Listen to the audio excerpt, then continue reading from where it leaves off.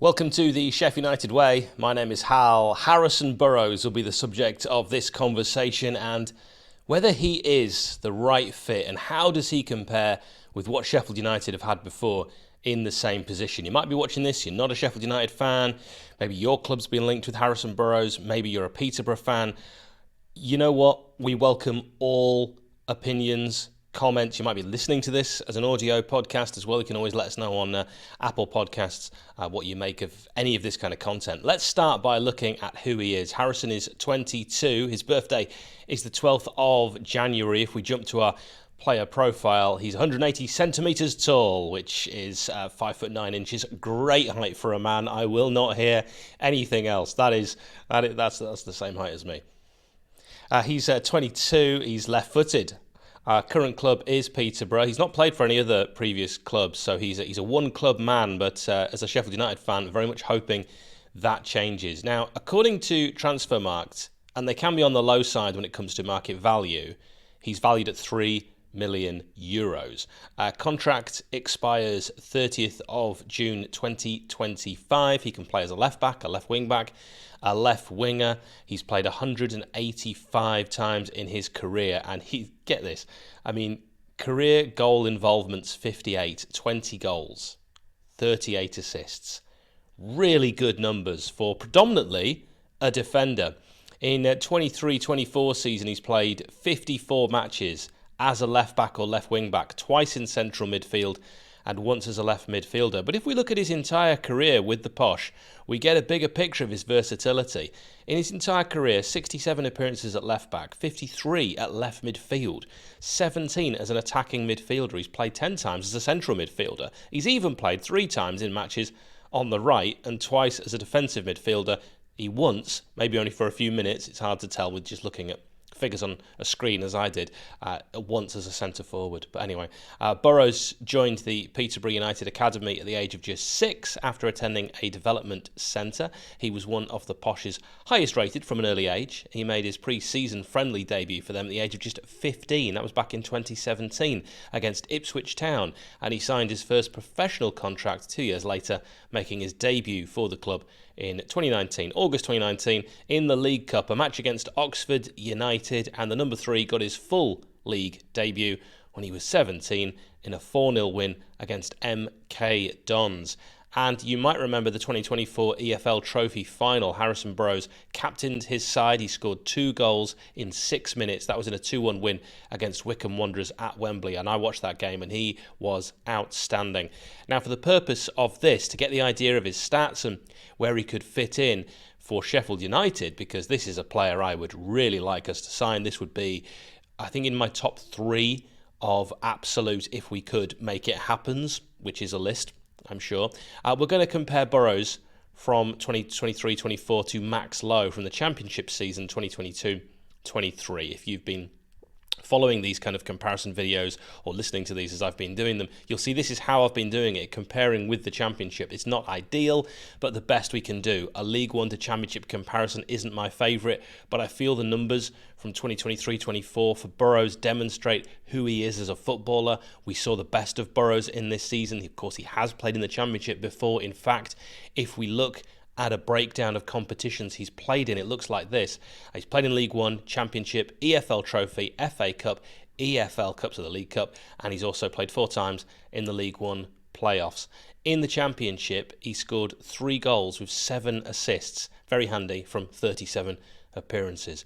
Harrison Burrows, so League One, 2023-24 season versus Max Lowe, Championship, 2022-23 season. Let's begin with the most important area for a defender. Certainly I think it is defending. Burrows is worse than Lowe when it comes to being dribbled past. 1.2 dribbled past per game, 0.7 for Lowe, and has less tackles per game, 2 per game, compared with 3.2 for Max Lowe. Being dribbled past almost double the amount of times is concerning. However, he makes less tackles, which could show better positioning, better reading of the game. He also has less interceptions, but only slightly. 1 per game for Harrison and 1.4 for Max Lowe. By the way, this is the best we saw of Max Lowe. this season that I'm looking at. Burrows completes more clearances, 1.8 per game compared to 1.4 per game for Lowe, and wins possession more in the final third, which could signify his willingness to get forward and win it high up the pitch, which we will need, but willing to do the work in defence as well. Burrows is a slightly worse defender than Lowe in terms of these stats, but does have his qualities in winning the ball high and doing the hard yards in defence. And I think with this breakdown, because we're next going to focus on duels and then we'll get into more of the attacking side of the game, you will get a picture of the kind of player Harrison is and where I could see him fitting. Lowe is also clear of Burrows in all aspects of duels, which again really surprised me. Burrows is especially poor aerially, despite being that wonderful height for a man, only winning 38% of duels. On the ground, he's not as bad, but he's still worse than Lowe in these stats. If Burrows were to sign, I think a defensive left-back would actually possibly be needed to rotate against the better sides, and an aerially commanding duo or trio at the back could help this. Again, it depends what formation we're going to play. If we're going to go kind of like 3-5-2 or maybe 4-3-3, which I'd really like to see, it would be different. You'd need different things, horses for courses. Now, creativity and goal scoring, this is where we go. Burrows scores more goals per game than Lowe, which will be needed as goal scorers all over the pitch. It's something that Nick has spoken about on this channel as well. They're crucial in promotion seasons, which is, of course, what Sheffield United will be aiming for. And when 20, 25 goal strikers are really hard to find at any level, it's kind of handy to spread the goals out across the team, and Burrows will give you that. In terms of key passes, assists, and chance creation, Burrows is miles ahead of Lowe. This isn't even a fair comparison, but creating a chance every 34.1 minutes, just call it every 34 minutes, compared to Lowe's 125.6. I mean, very, very different. 2.6 key passes per game compared to Lowe's 0.6. 12.3 expected assists compared with 1.9 for Lowe. This will be crucial, and this is Burrows' key strength. We've been crying out for an attacking left wing back probably since the peak Ender Stevens, so for years, and now I think this is the guy, and he shows signs of being exactly what we need. Now, it really kicked on for Chris Wilder when he got Ender Stevens. He's likely now to do a rebuild. I think he might try and do it, certainly in the mould of some of the areas that were successful for Wilder before.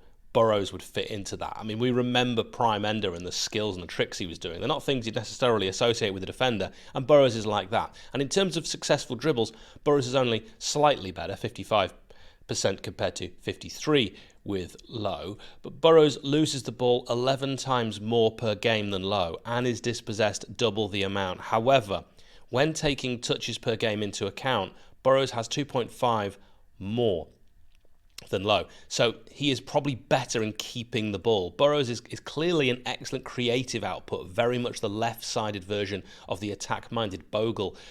We would not be sure of creativity if Jayden Bogle and Burrows were in the same team.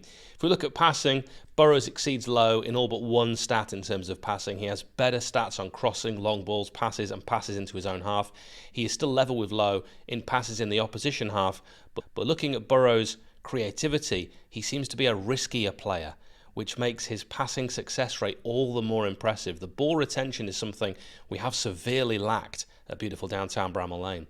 Overall, Burrows is an exceptional talent at left wing back or left back for only 22. Now, of course, I think left wing back I've just sort of slightly pushed further forward there, and I think he edges things in that regard. He has played at left back in a back four for Peterborough most recently, which is something Wilder may choose to revert to now United can rebuild. The cards are all stacked in Wilder's favour in terms of pretty much the whiteboard is empty. He can decide what he wants to do because they're going to have so few players contracted to the club. Burrows' attacking output shows he could probably play at left wing back as comfortably, if not more so, than any other position he's played. Physically, he should be able to match the athletic standard that we need. His defensive capability is slightly lacking, but Wilder could be the coach to drill that into him. Wilder was a fullback himself. I watched him play for Sheffield United in both his spells. Burrows' attacking and possession-wise, he could be an incredible player for Sheffield United, as we can understand through his output and ball retention and the stats that I've shared there. I mean, aerially, that's not going to be his game. But obviously, League One is easy in the Championship, but his stats show he deserves a move, and he won't be short of people queuing up for him. Absolutely no doubt about that. This signing It shouldn't cost too much due to his contract expiring in a year, but Peterborough United are notorious for getting the best price possible for any sale. This signing would be incredible at left back for us. I think even better if we go left wing back, and if we can move a more defensive option behind, I think it would complement Burrows' attacking ability. Maybe we go 4-4-2 and he plays left midfield and you have a really defensive left back behind him. But he could be our version of Leif Davis. Could he play more left midfield if we change formation? That's a question I'm going to throw to you. As ever, thank you very much for consuming this content.